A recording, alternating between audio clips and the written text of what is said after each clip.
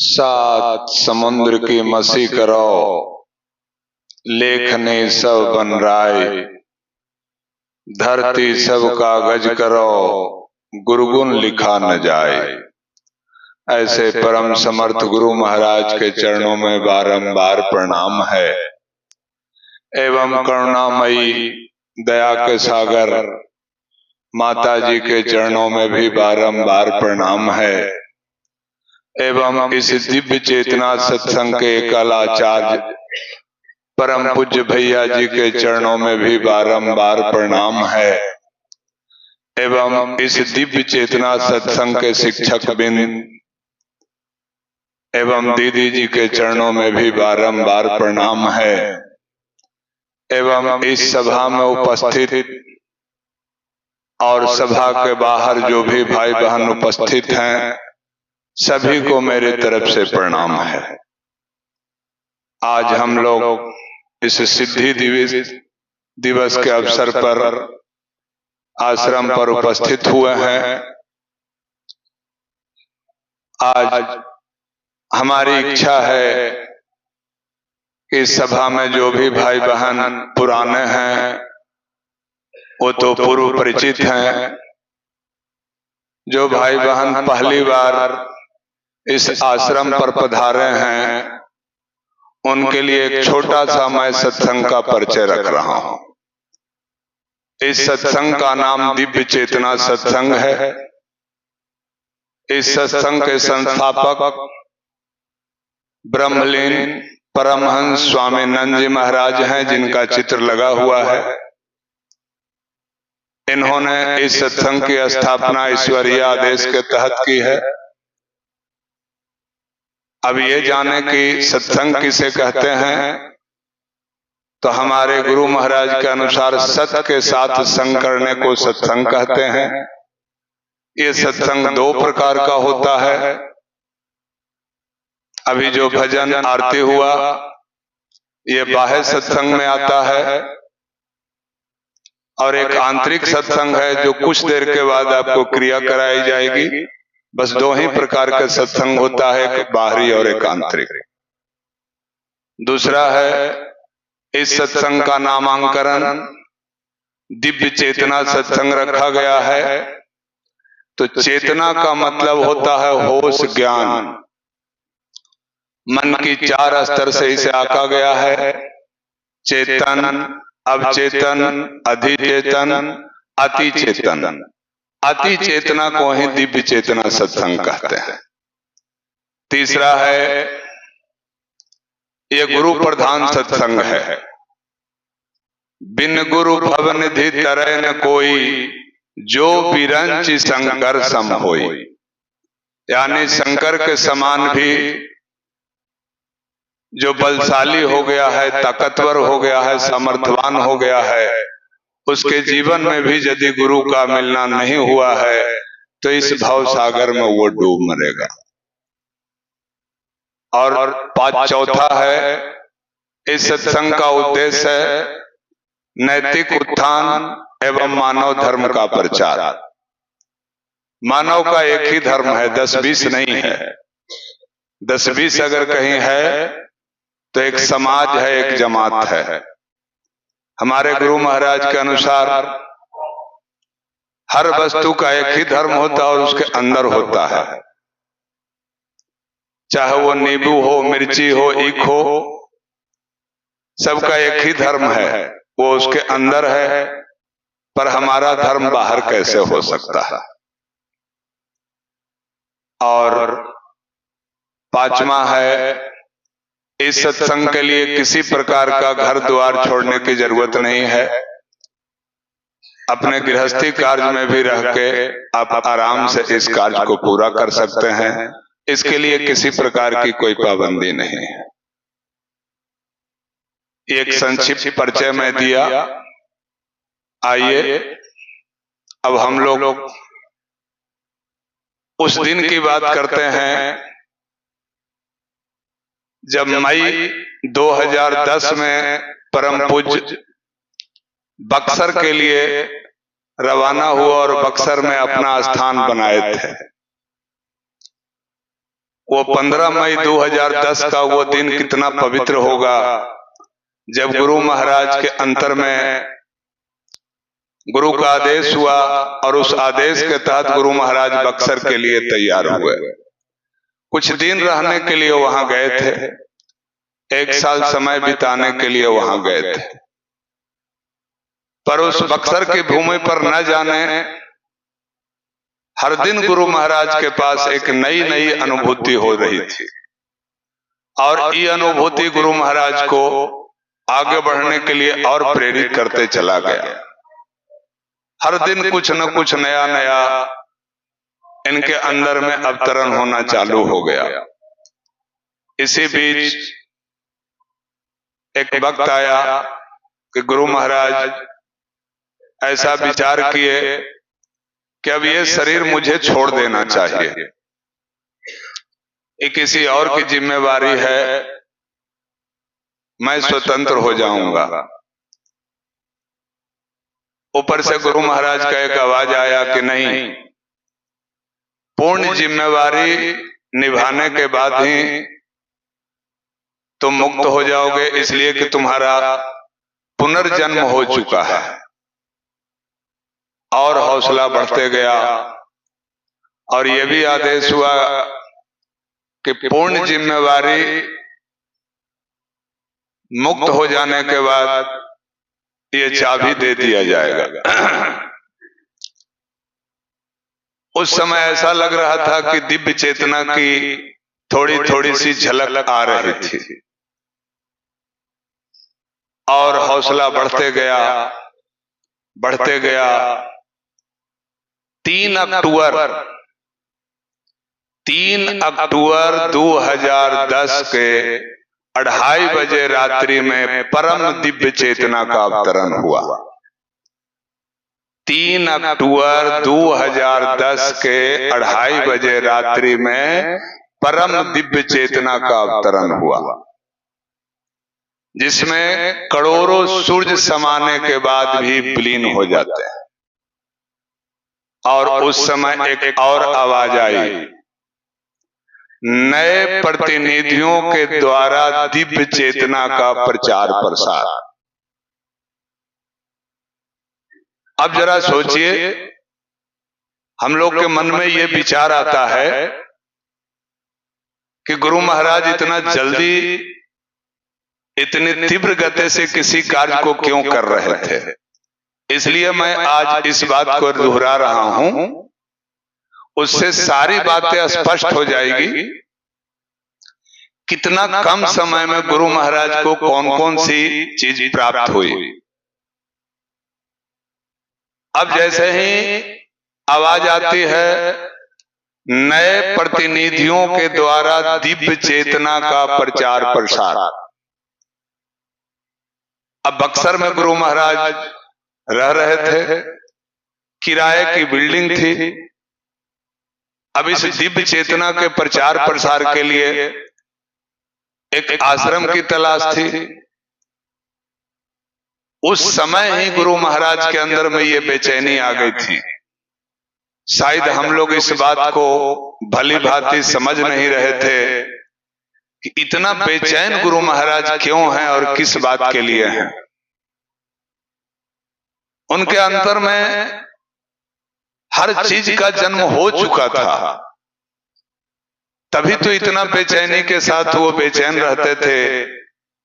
किराए की बिल्डिंग थी, जहां भी गुरु महाराज जाते, अनुयायियों का हुजूम देखने के बाद मकान मालिक को ऐसा लगता कि इतना लंबा आदमी आने के बाद ये मकान को जल्दी खाली कराओ, वरना ये मकान कब्जा हो जाएगा तो क्या होगा।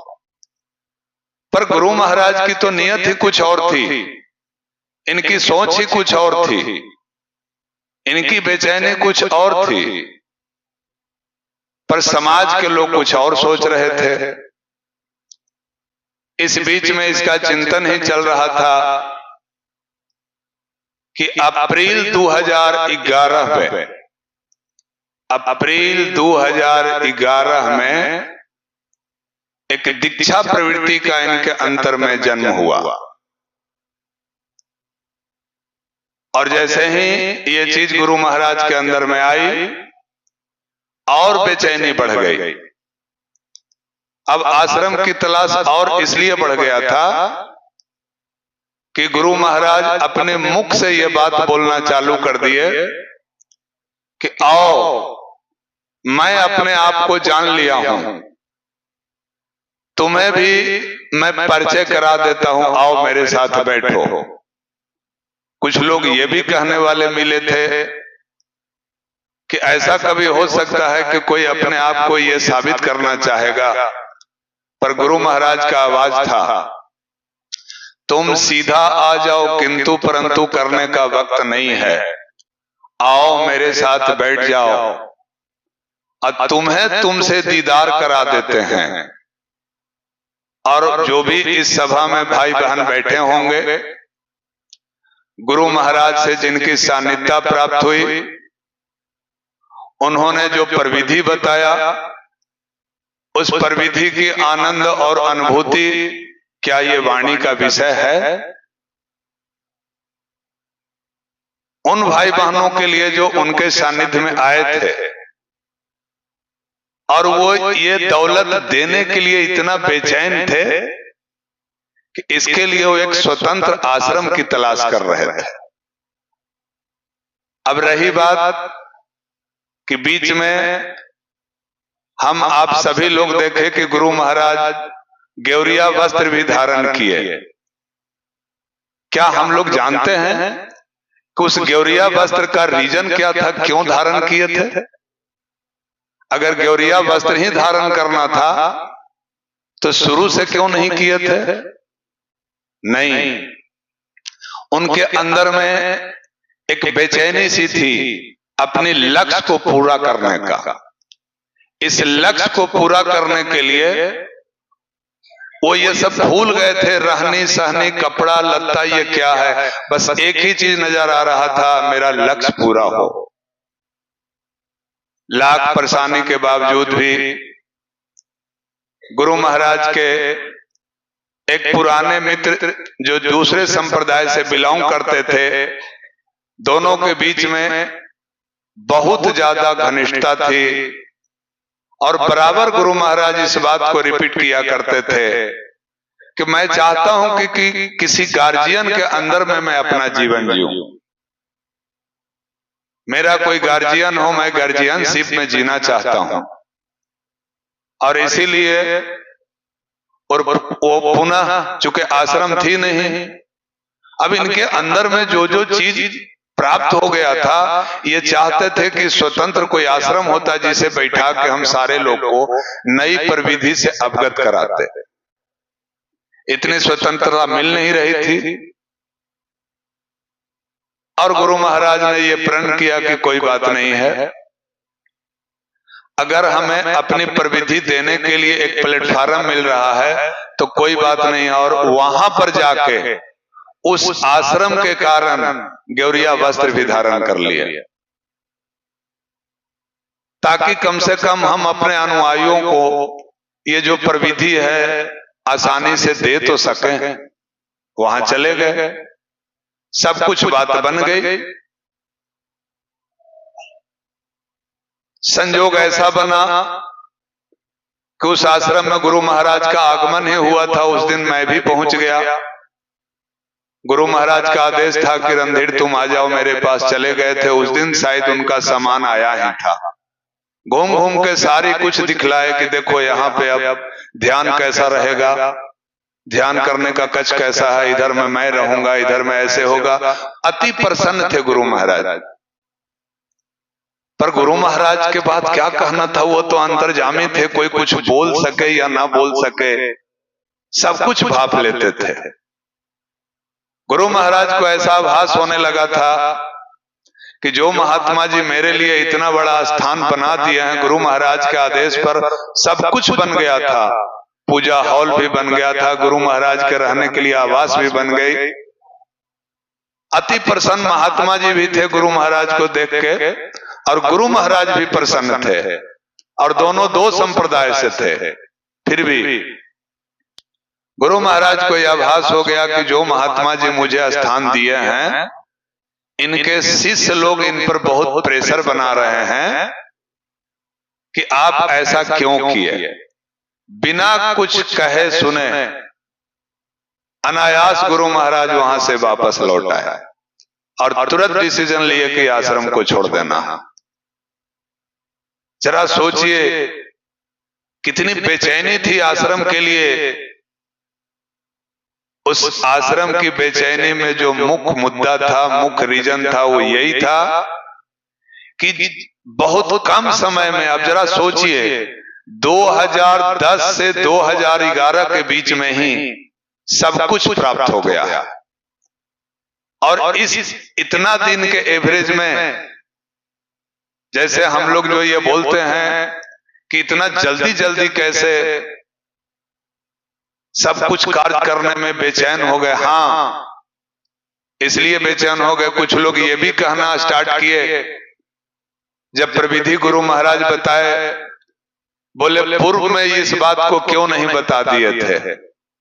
तो गुरु महाराज का ही यह शब्द भी कहा हुआ है कि किसी भी फल का बीज का बीजारोपण करने की सामर्थ्यता तभी आती है जब वो फल पक जाता है और पकने के बाद उसका बीज भी पक जाता है। अर्ध पके कार्य कभी पूर्ण नहीं होता है। इसलिए लाख कुछ कहने के बावजूद भी गुरु महाराज कुछ लक्ष्य की पूर्ति हेतु इंतजार कर रहे थे और जब इनके अंदर में गुरु महाराज का आदेश हुआ कि इस प्रकार का कार्य करो, तभी गुरु महाराज ने किया। भले हम सबों को ये लग रहा था कि जितनी चीजें हम लोग देख रहे थे उसमें थोड़ी बेचैनी तो थी, पर क्या हम लोग जान रहे थे कि अंतर जगत में कौन कौन सा वो फूल खिल रहा था। हमारे पास रोशनी नहीं थी और इसी रोशनी को जगाने के लिए गुरु महाराज परेशान थे, ताकि उन्होंने स्पष्ट अपने मुखार बिंद से कहा, लोग को पकड़ पकड़ के कहा। आज के डेट में कौन ऐसा व्यक्ति मिलने वाला है? आओ, मैं अपने आप को जान लिया हूं, तुम्हें भी तुमसे परिचय करा देता हूं। इसके एवज में मैं तुमसे कोई फीस नहीं लूंगा। और लास्ट वाणी उनकी यही थी कि मैं रहूं या ना रहूं, मैं रहूं या ना रहूं, सत्संग का कार्य निरंतर चलता रहेगा और जितना कार्य मैं स्थूल रूप में नहीं कर रहा हूं, इससे कहीं ज्यादा कार्य सूक्ष्म रूप में करूंगा। आवाज दिखता है, उनकी जो वाणी कही हुई आज दिखता है। आज जो हम लोग इस सभा में बैठे हैं, ये अभी जो आप क्रिया करेंगे, इसकी जो अनुभूति होगी, जो आनंद की प्राप्ति होगी, ये दाता कौन है? ये सत्संग गुरु महाराज का, ये शिष्य गुरु महाराज के हम लोग, सारी विधि उनकी, सारी दौलत उनकी, इसमें हम लोगों का क्या लगा है? और ये प्रमाणित हो जाता है। सत्संग का परिचय भी जो उन्होंने बताया है, उसमें भी सारी वस्तु स्पष्ट हो जाती है। और उन्होंने तो मुखार बिंद से यह बात को भरी मंच पे एकदम साफ बोला था कि मैं रहूं या ना रहूं, सत्संग निरंतर चलेगा, जिसकी झलक आज भी दिखने को मिलती है। ये जो शांति का एहसास हम लोग करते हैं, ये कहां से होती है? इसलिए कि हम लोग अपने आप को कभी यह ना समझें कि हम लोग खाली हैं। भला कैसे खाली हो सकते हैं? स्थूल रूप से गुरु महाराज अगर खाली हैं तो पूज्या माता जी को छोड़ के गए हैं। उस अतीत को याद करें कि गुरु महाराज ने जो भी कदम उठाया, बगैर माता जी के इजाजत के एक कदम भी नहीं उठा। बगैर माता जी के सलाह के कोई कार्य नहीं हुआ। फाइनल जजमेंट के लिए वो एप्लीकेशन माता जी के पास ही आता था। आज भले ही हम लोग ये समझ रहे हैं कि गुरु महाराज नहीं है, पर प्रतिमूर्ति माता जी को छोड़ के गए हैं। कुछ भक्तजन लास्ट में ये पूछे थे कि सरकार आप चले जाइएगा, हम लोग का क्या होगा? तो गुरु महाराज के मुखारबिंद से कहना था कि अरे हम जाएंगे ना, माता जी तो अभी है ना। और फिर भी हम लोग अपने आप को खाली समझेंगे? नहीं, बस आवश्यकता इस बात की है कि जितनी बातें गुरु महाराज कह के गए हैं, माता जी के सानिध्य में इस बात को पूरा कर लें, वरना कहीं ऐसा नहीं हो कि ये सोच के समय बिता दें कि हर दिन तो सत्संग होता ही है, ये छूटेगा तो अगला में चले जाएंगे। जिसका पहला गवाह मैं हूं, बदनसीब मैं हूं। जो लास्ट प्रोग्राम आश्रम पे गुरु महाराज का चल रहा था, इसके पूर्व में मंच से उन्होंने घोषणा किया था, पर इतना समझ कहां थी कि जो इस बात को समझ सके। कड़ाके की ठंड पड़ रही थी, न जाने गुरु महाराज के मन में क्या आया। आश्रम से फोन आया, रणधीर सत्संग में आ रहे हो? तो हमारा जवाब यही था कि सरकार बहुत कड़ाके की ठंड पड़ रही है, जब हमारे यहाँ गया के लोग साप्ताहिक में नहीं आ रहे हैं तो मोटरसाइकिल से जाने में बहुत ठंड लगेगी। बस इतना बोलना था। बोले कोई बात नहीं है, ठीक है। फोन काट दिए और 4 दिन के बाद तो मैसेज मिलता है। अब क्या देना चाहते थे, क्या कहना चाहते थे, हम बदनसीब के ये नसीब नहीं हुआ दर्शन। ओम शांति।